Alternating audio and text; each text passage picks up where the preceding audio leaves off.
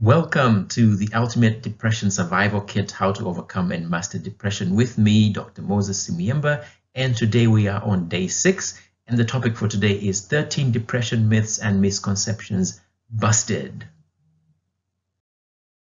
Why are there so many myths and misconceptions around depression out there? Well, several reasons, and I don't pretend to list all of them here, but these are some of the most important ones. One of them is a lack of knowledge out there.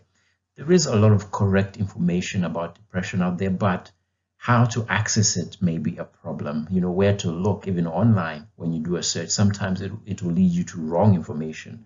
It may not lead you to the correct information. And a lot of people just don't have access to journals. You know, a lot of journals you have to pay for, you have to subscribe to. If you're not an academician or in the science community, you have little need for journals.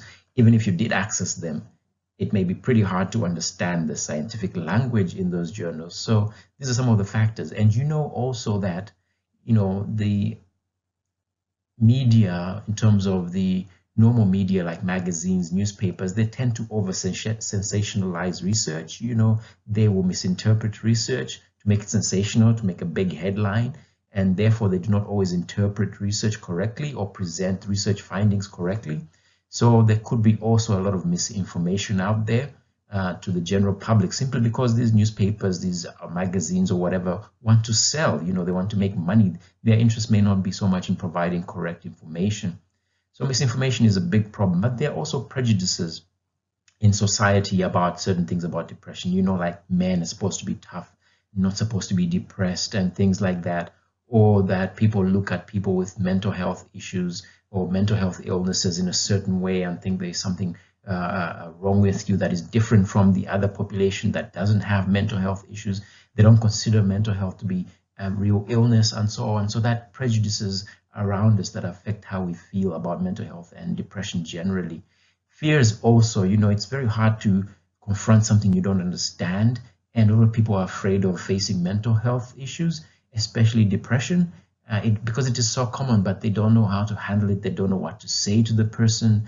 And a lot of people are afraid that, they will get it also, or that they might have it, but they're not willing to confront that. So a lot of fears around it. And societal conditioning generally, our cultures, for a lot of African cultures, for instance, we don't have a word for depression. We don't have anything that can describe how somebody who has depression feels. And so it becomes very hard to think about something that you don't even have a word for in your language, in your culture. And so these are some of the factors that lead us to misconceptions and myths around depression. And sometimes it is religious issues, cultural issues, and so on. So a lot of factors that can contribute to myths and misconceptions around depression. Myth number 1, depression is not a real illness. So there is this general feeling amongst people that go through depression are just exaggerating their feelings, that we all feel sad once in a while. And so when you say you are depressed for a long time, they tend to feel that you're just exaggerating. And I've heard this from other people who have gone through depression and opened up to other people that they don't understand. They'll be like, you're just exaggerating, get over it already. We all go through these things. Your life is not that bad and things like that. So there is that feeling that depression is not a real illness, and this is a real myth. The reality is that depression is a real illness, and it is a common mental disorder and is becoming more common globally. There are more than 350 million people of all ages suffering from depression, according to WHO estimates. That's the World Health Organization. It is the leading cause of disability worldwide, according to the WHO, and is a major contributor to overall global burden of disease. So not only is it an illness itself, it also contributes to other diseases. As you know, depression can lead to changes in your body physically that can lower your immunity and make you susceptible to other illness. It can cause the affected person to suffer greatly and function poorly at work, at school, and in the family. And at its worst, it can lead to suicide. And like I said, it is on the rise globally. So those are the statistics. So you can see that there is no way something that is not real, that is not a real illness, can be affecting so many people and can be such a big burden and big problem worldwide. It is a real illness. And when we cover some of the other myths, we'll cover why that is and add on to that reality. Myth number 2, depression is a sign of being mentally weak. This is also a common thing, and this is one reason that people going through depression sometimes hide the fact that they're going through depression, because they don't want to be perceived as being mentally weak. You know, there's a perception that we all go through hard times, and so you shouldn't get depressed because everybody goes through these things. Well, the fact is, as we covered in myth number 1, it is a real illness, and it is not a sign of being mentally weak. So let's look at the reality in the next slide. The reality is that depression can affect anyone. And often people who have tried to be strong for too long, for instance, people that have gone through childhood trauma, being neglected or abused physically, sexually, or emotionally. So they've been strong for so long that in their adulthood, they find they lack the strength, the mental energy. They've exhausted all their reserves. And that is my experience dealing with a lot of people that have gone through depression. And even for myself, in terms of what I went through, is that when you've been too strong for too long, you're more likely to suffer from depression. So it is not a sign of being mentally weak at all. Trauma, abuse, life events can all contribute to depression, as well as family history, as we've covered on day 1 and day 3, that family history of depression can predispose you to having depression yourself. So it is by no means a sign of being mentally weak. There can be genetic factors that contribute to depression, physical and biological factors, our life events that happen to us, and therefore it is not a sign of mental weakness when you go through depression. There are also factors that are beyond your control. Of course, as we covered in day 3, there are some factors that are within your control, but it is by no means a sign of being mentally weak. Myth number 3, you can simply snap out of depression by thinking positively. And we've all heard terms like snap out of it. Why don't you appreciate the things that are going so well in your life? Look at you, you have a good job, good family, good boyfriend, whatever it might be. And why don't you just think positively about your life? The reality, however, is that depression is a result of neurotransmitter imbalance in the brain. And therefore, you cannot snap out of it any more than you can snap out of diabetes. It is something real, it is a real illness, and therefore needs real intervention. It takes time and effort to overcome. Medication or antidepressants may be necessary to deal with that neurotransmitter or chemical imbalance in the brain, and there are other measures that can help that we'll cover on other days of the Ultimate Depression Survival Kit. Psychotherapy is one of those measures that can help you to think more positively, but this takes time and professional help, and it needs to be incorporated with other things. So yes, thinking positively has a role to play in managing or overcoming depression, but it is by no means an easy process. You cannot just snap out of it. It is by no means the only process. You need to incorporate it with other things that you need to do to overcome depression. Myth number 4, taking medication for depression is a sign of weakness. This is a big one. And people will go through a long period with depression and not take medication, or they'll start medication and stop, because somehow they feel like taking medication is a sign that all else has failed and they failed themselves and now they have to depend on medication. Let's look at why this myth is not true. The reality is that most or a lot of people with depression, especially moderate to severe depression, require medication. And antidepressants are necessary for those with such levels of depression. Unfortunately, a lot of people don't have access to this medication according to the World Health Organization. And the reason is that it's a question of misdiagnosis. First of all, as I said, it's not high on the radar of a lot of healthcare providers unless they are psychiatrists or counselors and psychologists and such. So there is inaccurate assessment of people. There's a lack of resources and trained healthcare providers. The social stigma around mental disorders also leads to people not having access to medication. So most other interventions also, you have to understand, work better when combined with antidepressants, at least for a certain period.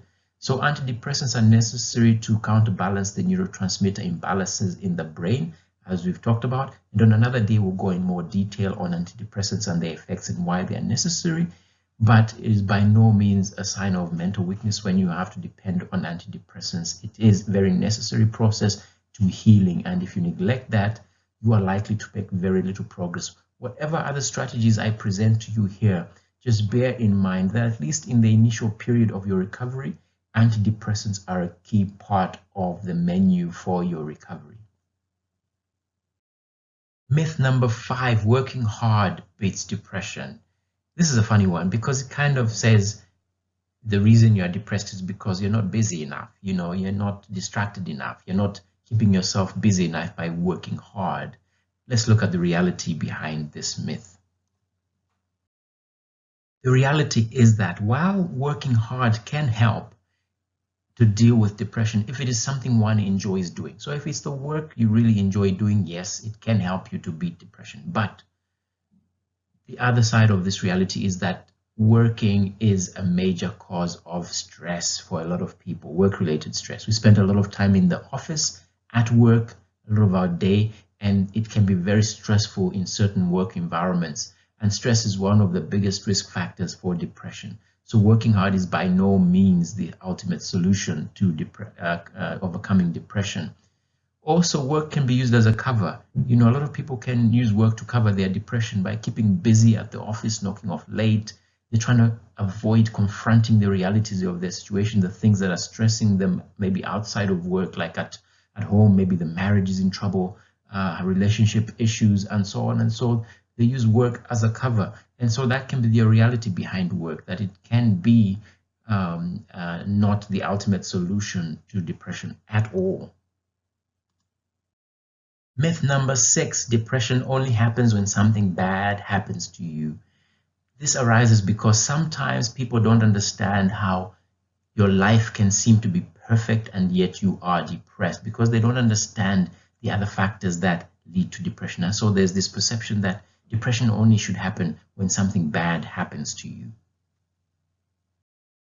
The reality, however, as we covered on day 1 and 3, is that depression results from a complex interaction of social, psychological, and biological factors. And some of these are within our control and some of them are not. And therefore, it is not a question of something bad happening to you. Yes, adverse life events have a role to play in depression, but they are by no means the only factor that can lead to depression. People who have gone through adverse life events are more likely to develop depression, and a lot of studies show that. But other things like family history of depression, genetic factors, other things like smoking, alcohol intake, and so on, all have a role, and we've covered some of those on day 1 and day 3. Depression itself can in turn lead to more stress and dysfunction and worsen the affected person's life situation and worsen the depression itself. So it's like a vicious cycle that keeps going and going and going sometimes if it's not dealt with.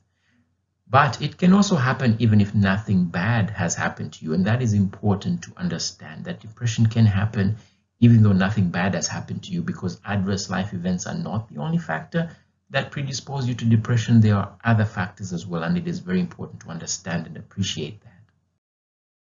Myth number 7, depression only affects women. Real men don't get depressed.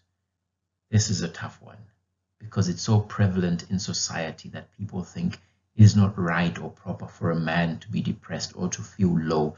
A man should always, hold their head up, chin out, chest out, chin up, and that kind of thing. A man should deal with life's problems with bravado and not get depressed. And it is a very prevalent myth around the fact that women only should be depressed because they are the weaker vessel and so on, according to religious beliefs and other factors. Let's look at why this is not correct.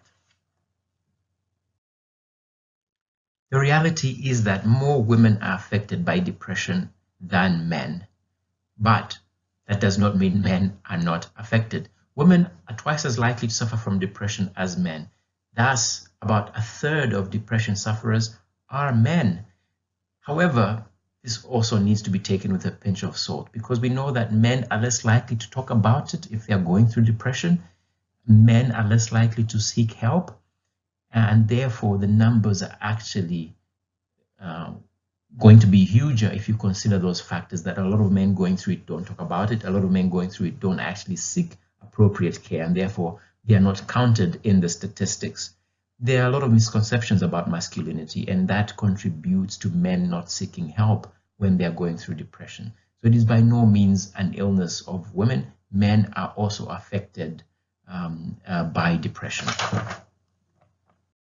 Myth number 8, getting help for depression means you have to be on drugs for life.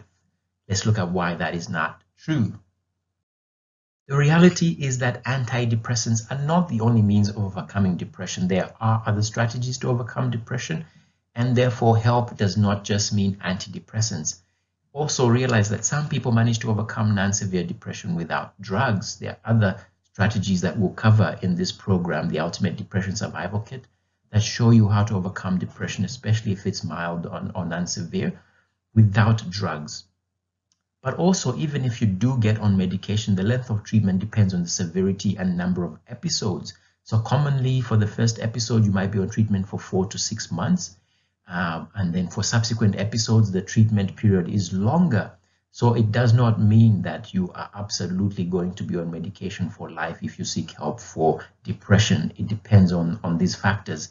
And there's a video that is part of this program on antidepressants and depression that you can watch in more detail to get the nuances of how long one needs to be on treatment for depression depending on the number of episodes they have had.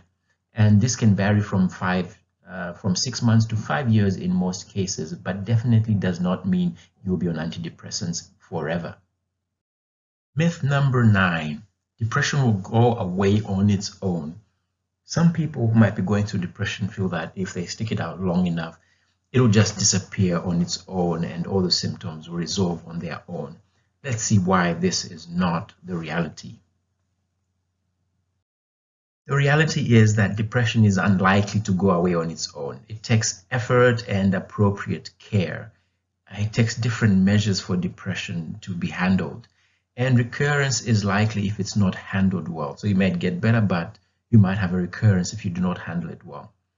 If long-standing without appropriate care, it can be very hard to reverse because the neurotransmitter imbalance or the changes in your brain due to depression can be so advanced that it can be very hard to deal with effectively if it has been long-standing. And therefore, you need to realize it will not go away on its own. Myth number 10, all you need is an antidepressant to treat depression effectively. Well, a lot of myths around antidepressants, and this is one of them. People focus too much on antidepressants as the only means to treat depression. Let's see why that is not true.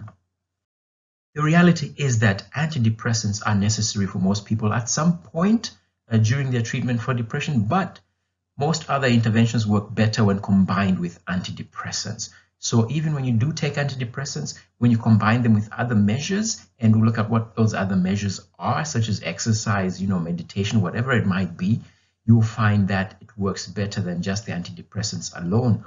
And antidepressants alone are not the answer for long-term recovery. They are very critical in the initial period of your recovery, but you have to realize that in order to avoid relapse, in order to avoid your depression coming back, you have to deal with other issues around your life, your other mental or physical issues, your environment, your personality issues, your lifestyle, and so on. Those are the keys to dealing with depression effectively in the long term.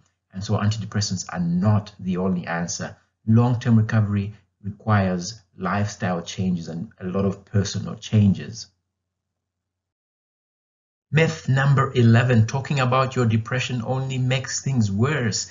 And so people feel like they should not talk about it, they should hide how they feel, because talking about it will make them feel worse.